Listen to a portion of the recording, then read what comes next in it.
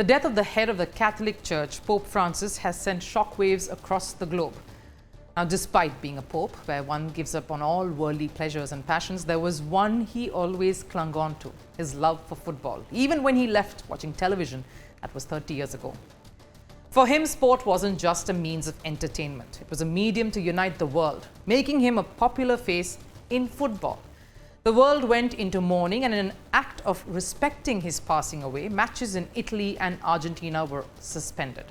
Even an old letter the Pope wrote to a journalist about Argentine club San Lorenzo and footballer N18G has now surfaced. Our next report dives into the impact Pope Francis had on the world of football and vice versa.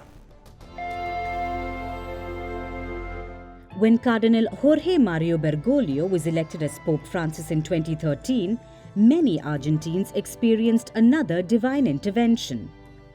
The first, of course, being the hand of God when Diego Maradona scored against England in 1986.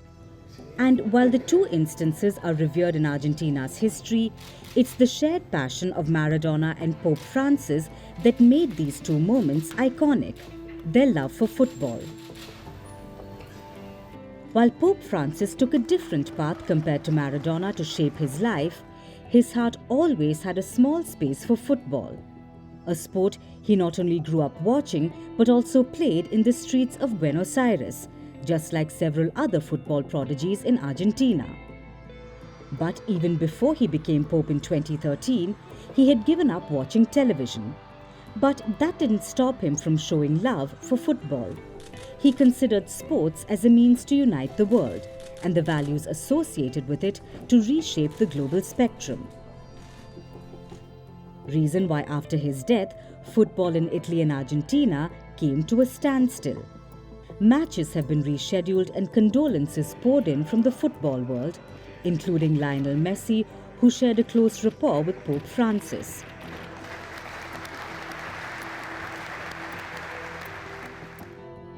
And while his involvement in sports wasn't just restricted to the Vatican City or Argentina, he had a special affection for one Argentine football club in particular, San Lorenzo.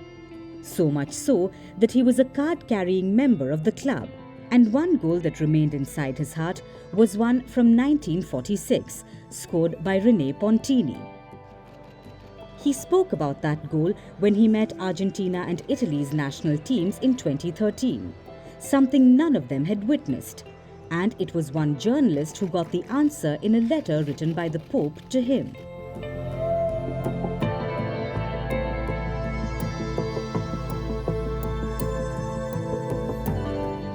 Probably that's how the Pope stayed connected with the sport, through memories he had experienced as a child, all proving that sport is not just about the rush and the adrenaline, but also about the calm and emotional connections. Sure, a void has been created in the Christian community, but football too has lost its biggest spectator. Greeting you with aloha and namaste. I love India. Presence, occupation of a territory by another country pertains to India, what we saw in Kashmir. How do you see Trump's America? Yes, the current administration behaves differently from the previous administration.